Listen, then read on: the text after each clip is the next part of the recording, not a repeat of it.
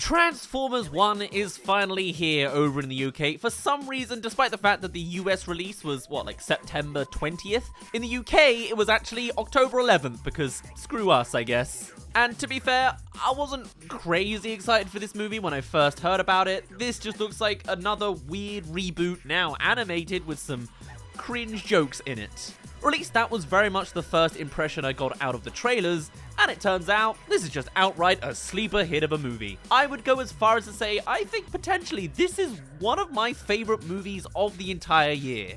To be fair, their rivals are the likes of Garfield and Despicable Me 4, but this movie is surprisingly brilliant as just a love letter to all of Transformers, which is ironic for me to say because I came into this movie with absolutely no knowledge of the Transformers universe. In the 80s, when they were making the cartoons of Transformers, I wasn't around in all of existence to actually consume that, and the live-action Michael Bay movies, I just didn't really get into that much. If anything, I was a little bit of a hater of the Transformers universe. I'm not a big car guy, I'm not crazy about metal or mechas, and I certainly couldn't understand any action sequences I might have seen on YouTube of the live-action Transformers movies. So to see this reboot that takes a completely new direction, going right back to an origin story, entirely set on a completely different planet, was a beautiful, fresh start that a newcomer like me absolutely needed. Not to mention, it's not even made by any of the big major studios that we come to know. It's not Pixar, DreamWorks, Sony, or Disney. This is, I guess most definitively, a HasBro film. Or maybe a Paramount one, but that's kind of hit or miss. And actually, with HasBro being the production company behind this, they're seeming to make some actual movements now. Ironically, these are the guys that own Monopoly. Funny that. They're also making a Monopoly movie. This was the first HasBro film of this next category of films coming out, probably off of the success of Barbie doing well. These guys are also making everything out of every toy IP they own. There is a Magic the Gathering movie, there is a Clue movie, G.I. Joe is getting 2 installments, and one of them is a crossover with Transformers, and a Play-Doh movie, because we need a Play-Doh movie, of course. And funnily enough, all of these potential movies are being made by different studios. Some are Sony, some are Paramount, some are Lionsgate. Let's see how that goes with the old AI company over there. Either way, this is the new wave of toy-related productions, Power Rangers not included. And not only did I find this super refreshing to see a whole new story and by a different production team, but wow, is this movie surprisingly brilliant. I think one of the best ways to describe it is it really hits at the core of satisfying your inner child. As someone who's getting to see this world for the first time, I am just enamored by the world building. The idea that there's an entire planet that is the Transformers form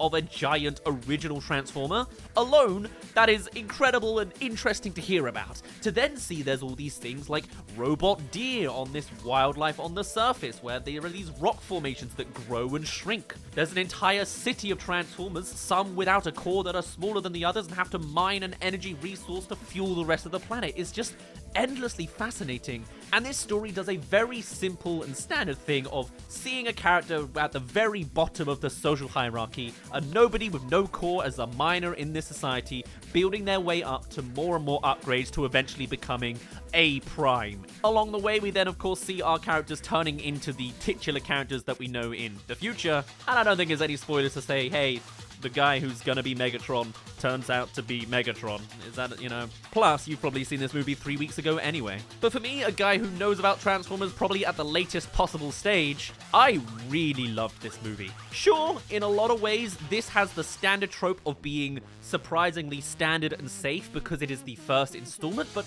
even what is safe in this Transformers universe is still endlessly interesting. To see these trains that come and build tracks in front of them had me enthralled at just seeing every animation beat, because also, yeah, this film is just visually stunning.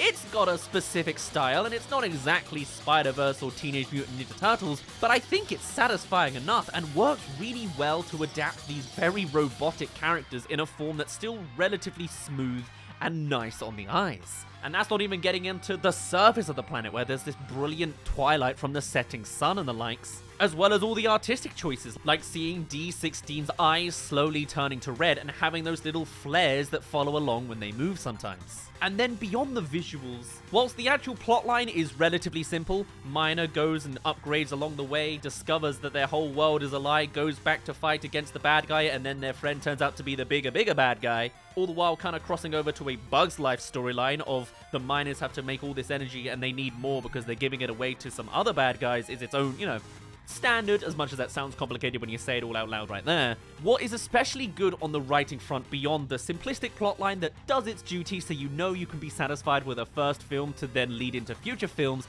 is throughout everything else is just a love letter to all things Transformers, and I don't even know all things Transformers, but practically every element of Transformers seems to have been touched upon to parody or homage in some way, and some of it I don't know if is done for the first time or not here, but I love it anyway.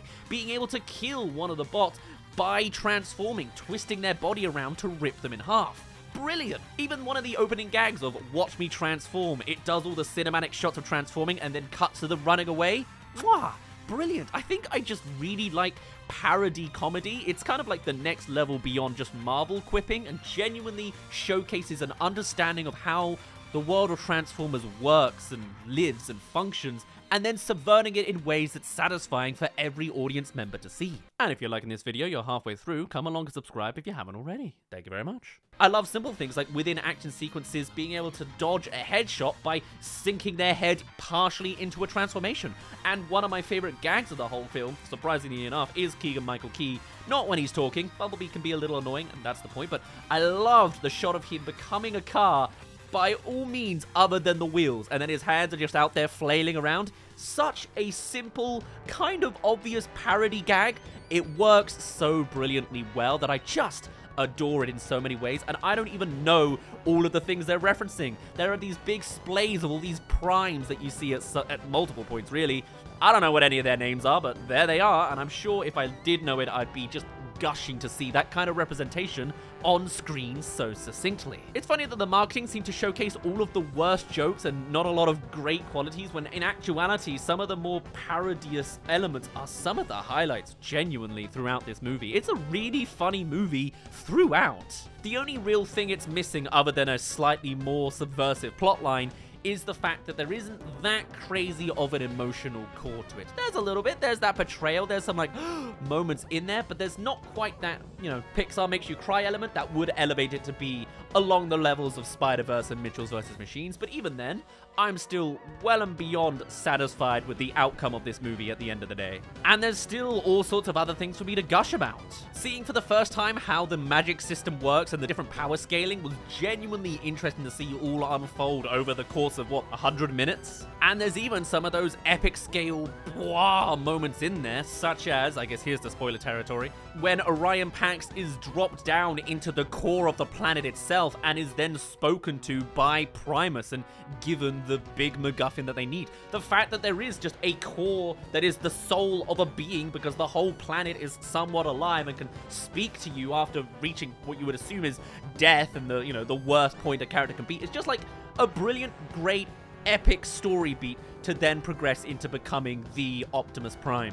Across the board, this is brilliantly written. It's written safely from a business side of things, because surely this is going to expand into so many episodes from this point, not just because it's got the potential to, but because this is owned by HasBro and certainly works as its own universe in a little bubble. But then this is clearly written by people that absolutely adore the franchise and are doing a great job to adapt it into a whole new form. That this is my favorite adaptation. It's the only one I've seen, but I would say that. But the point still stands. The performances of the actors were brilliant throughout, I would say. Keegan-Michael Key's role is a little bit, annoying, but that's the point. I'll leave him be on that. And it'll become all the more distressing, as I do know that Bumblebee does end up having their vocal cords ripped out, and they'll probably show that in the sequel of some sort, and, that's brilliant in its own way. The closest thing to a real gripe I have for this movie really is the fact that it didn't finish off a couple of its story threads, namely the Bug's Life quintessence. They're the guys stealing all of their energy. They removed the guy that was giving them the energy.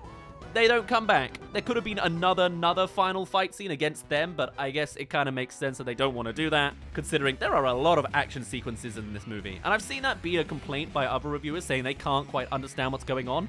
I don't think it was that bad. Compared to how some of the cinematography works in the live action movies, I think this is well and beyond more passable to understand.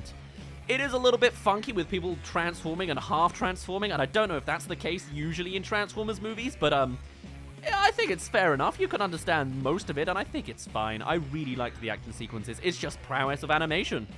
brilliant to see. Funnily enough, the likes of Michael Bay and Steven Spielberg were involved in this movie in different degrees, even if not directly as the director. So it's clear that this film is produced by a stellar team of, actual experts and professionals, and I guess that really shows by the output of the whole damn thing. Historically, I have absolutely no information about the Transformers world, but after seeing this initial movie as my introduction to the whole thing and the origin story of the entire saga in general, I am just enthralled by the concept of this. If I watched this film as a kid, I would fully be invested in how Transformers works, and yes, I probably would have bought a couple of toys as well. The power system is so intriguing, the world building as the planet expands out as we see it is just fantastic, and I think this has some real grand potential going forwards for future films. Hopefully being a little bit more subversive and less safe compared to, this initial movie, but hey, I had the same complaints about the original Sonic movie and all sorts of examples like that. It's fine to be safe for the first one. Let's really kick it up for the future. Although I say that, one of the production teams, there are several that are involved in this movie, but one of them, DB Pictures,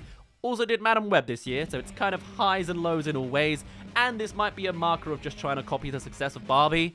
It is HasBro involved, they're not always the best at what they do. We'll see. The marketing, turns out, was just way wrong for a first impression of this movie, but this, if you haven't seen it 3 weeks later, is a serious hitter, I would say. One of my favorites of the entire year. Pixar's Inside Out 2 will probably be the closest rival, but I really enjoyed this as a refreshing story to see. Installment 1 over a sequel that's covering the same traits as the last movie. Maybe I like Transformers more than Inside Out 2 at this point. Whatever the case, I adored this movie. This was a fantastic 100 minutes for me. Can't wait to see how they ruin it with episodes upon episodes of installments upon installments. HasBro doing their toy factory thing. And apparently one of the future ones is a crossover with G.I. Joe? Yeah, okay, we'll see how that goes. For now though, I'm gonna end it off there. There's my little review of Transformers 1 for those of you who haven't seen this movie yet. Why does the UK get these things 3 weeks later? I don't know. I haven't even seen The Wild Robot yet. I get to see it in 2 days, and that's still 5 days before it's meant to come out here. I don't know what's going on. Anyway, my name's been Daz. Thank you very much for reaching the end of this video. Let me know of any other Transformers suggestions you have if I should get into the universe a little bit more. And I shall see you in a little bit.